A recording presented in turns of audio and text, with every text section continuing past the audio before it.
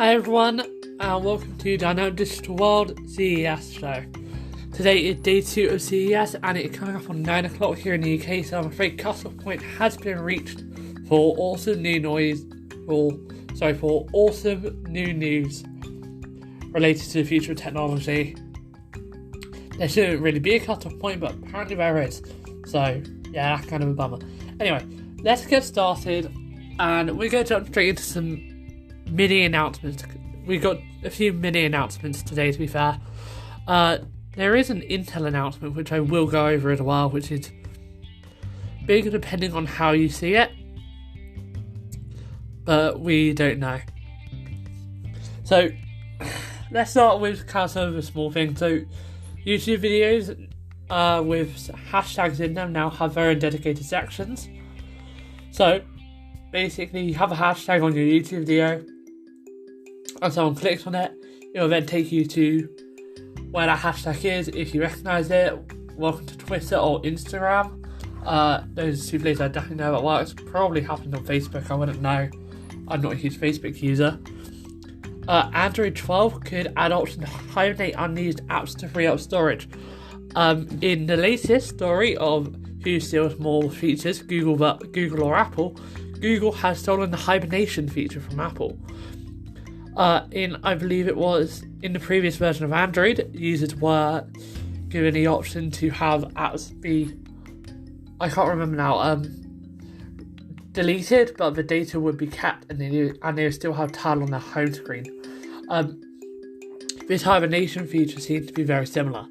So when it's hibernated, it suggests that the data will be kept, but it will, basically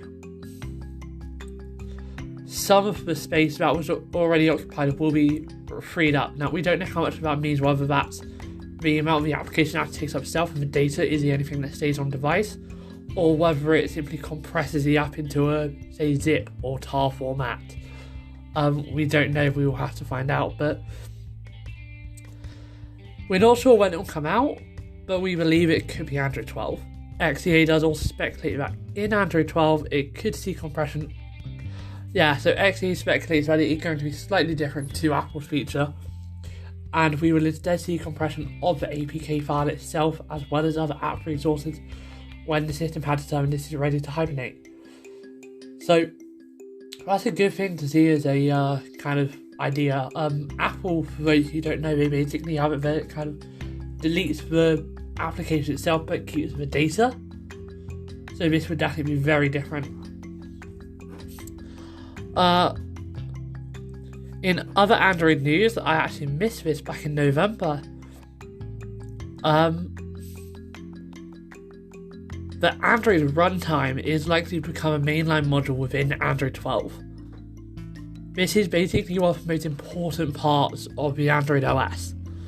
So, if it becomes a mainline module, it will be fully updatable without OTA updates, which would be that would be incredible. Okay, sorry, I just saw that it's from November. We also have a story of Google making it easier to install in third-party app stores, which I did report on. So yeah, sorry to kind of bring that up here, just a few things to explore here at the bottom. But those are definitely all interesting stories. And just an update on the rollable phone I mentioned yesterday. It's real and is launching by the end of this year. This looks incredible. This is definitely much more useful than the LG Wing, I do believe. I don't know the exact form factor of it, the thickness, or obviously the chipset that will be inside of it. We don't have that sort of thing. But LG do call it a unique resizable screen, and that is definitely the case. I am looking forward to seeing how this is rolled out. Obviously, on Thursday night, we will find out exactly what's going to happen with Samsung's new phones as well. Again, I'm looking forward to that. Samsung have actually released the latest Exynos chip. If you're interested in that, it's Exynos. I'm kind of going to brush over it, to be honest. I believe there are more important announcements that are coming up. I will do Exynos features on Thursday when I do the rest of the Galaxy lineup. I'm just not doing it on the day because I feel like it would be more worth it in the scale of everything. Star Wars Jedi Fallen Order has in fact received a next-gen enhancement update. Yeah, this is incredible. So, it apparently improves the game via backwards compatibility. It's not a copy of it for that game. It's still very much backwards compatibility. So, improved frame rate on Xbox Series X/S and PS5, with improved dynamic resolution ranges, as well as improved post-processing resolution for Series X and PS5, but not the Series S. So, improved dynamic resolution ranges and improved frame rate are on all of the consoles. However, processing resolution is only for Series X and PS5. Console specifics. On the Series S, frame rate has been improved to 60 FPS. On the Series X in performance mode, you get 60 FPS frame rate and dynamic resolution added in the range of 1080p to 1440p, with then normal mode, the non-performance mode, having post-processing increased to 4K, with dynamic resolution in the range of 1512 to 2160p. So it's definitely incredible. Now, Fallen Order is also on Game Pass with the inclusion of EA Play, which is incredible. I honestly do love Game Pass. I need to go on my Xbox more actually. Since going back to school, I kind of come off of my Xbox a lot, just focusing more on kind of my schoolwork and everything. With everything that's happened, it's just been a lot of stuff that's gone on now. I kind of lost the work-life balance over the last week or so, really. So we have homework and then we also have schoolwork. The line between that is very small, so kind of trying to figure out where that balance lies and then work around that, if that makes sense. But I am working on it and it will get better soon. So yeah, but I do love my Xbox. It's an incredible machine and I love playing on it. So Bethesda have also announced they're working on new Indiana Jones games through Wolfenstein Dev. Now, Machine Games are the people that have worked on Wolfenstein reboot titles and are owned by Bethesda.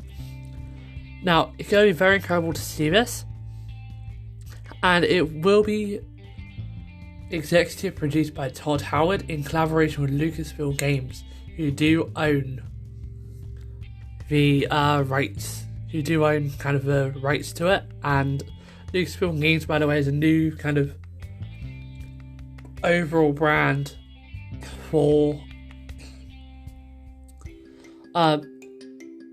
it's a new kind of overall brand for any Lucasfilm Arts titles that are being made into games. So definitely impressed to see what's happening. Now, the big question is whether this will be an Xbox exclusive or not. With Bethesda just recently becoming part of the Xbox community, lots of people are speculating on what Microsoft will do with this. Now, some people believe that Microsoft won't have guts to do this and keep it off of PS5, but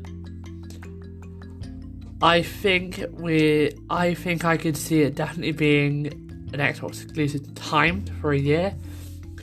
I don't think they'll go full, not PS5. Remember, they said that they want to keep games on PS5, but at the same time, they're also going to try and leverage this position. I mean, this is an incredibly powerful position Xbox are in here, so we'll wait and see. Don't forget, the transaction doesn't officially go through until, I believe it's the end of half one 2021, guaranteed if it does go through. So we'll have to try and see what happens after that, as they're not technically allowed to announce any plans they have for the company until the day the transaction has fully gone through. In other news, Intel has unveiled their new 12th generation Alder Lake chips as it plays catch up to Apple's M1. Oh dear, okay, this is on 95 Mac, so again, this is going to be very Mac focused, but this is a preview of the 12th generation chips, even though I don't believe the 11th gen have been fully announced in terms of desktop. Let me take a look quickly, hang on. Sorry, but I don't believe Intel 11th Gen desktop has been announced yet, or released. Intel 11th Gen desktop. It's expected to kind of arrive in the first quarter of 2021, but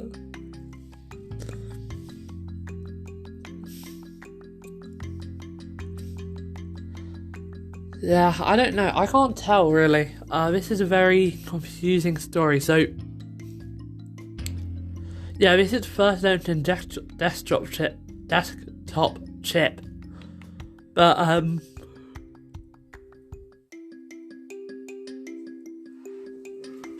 yeah, I don't know. This is very There are no word on pricing or an exact release date yet, but this is what they're saying exists.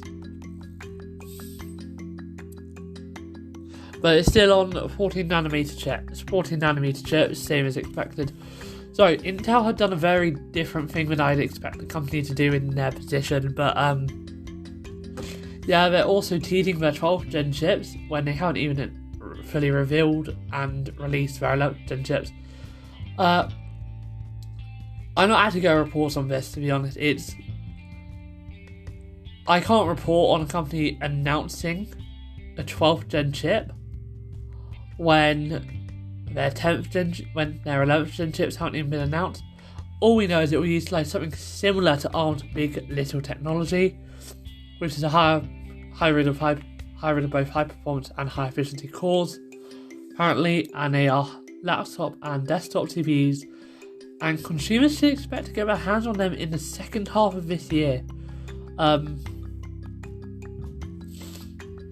Okay, I don't know.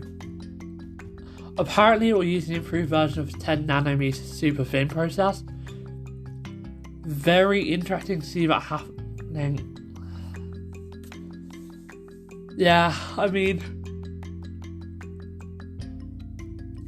at the end of the day, I personally can't trust this from Intel. I would be saying the same thing about AMD if they were in the same position that Intel are in right now. Intel are currently on a massive decline, and they haven't even released their 11th gen chips for desktop. They were already saying that in the second half of this year we're going to see new desktop and laptop chips.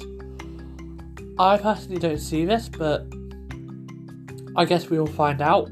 But for now, take this with a pinch of salt. If 11th gen performance could have a rocket. It could rocket up. Pardon my pun. It is rocket like gas. Yes. Please do pardon that pun. It's a feral one. But I don't know.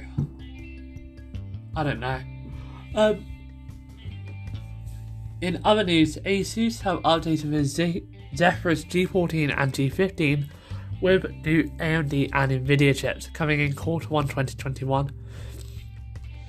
Now, this is definitely good to see. In addition to, there are chip upgrades, and in addition to those chip upgrades, both models have new display options.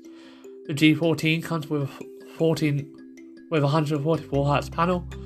There's a 2K 120Hz model as well, by the way, which according to ASUS comes with full DCI-P3 color gambit, with the G15 having a 165Hz QHD display, also with 100% DCI-P3 coverage. Now, you'll notice that I'm not actually giving you any specs for exactly what will be in it. That's due to limitations that are actually available for what ASUS are allowed to say, I believe. They're not allowed to say the exact specs, we just know they're going to be upgraded chips, but this is based off of Ryzen 5000 performance, which has been very good. So, this is going to be a good upgrade to see. I will have more information when the laptops actually come out. I will follow up on this story when they're released. But that is everything for today. Thank you for listening. Also, I do hope Intel's new chips do work out for them this time around. It's just what we've seen of Intel recently has been a very slow process, trying to catch up to because they were ahead of Ryzen, so they kind of sat on their hands. Then they realised, hang on, we need to catch up, caught up too slowly, and now being slightly left behind. We don't know what could happen in terms of single-threaded performance for their 11th gen chips. They could get that crown back, but even then, their multi-threaded has been left behind since about 2nd or 3rd gen Ryzen. So we'll find out what happens, but for now, my name is Luke, this is Our Digital World. Thank you for listening today, and I'll see you in tomorrow's episode.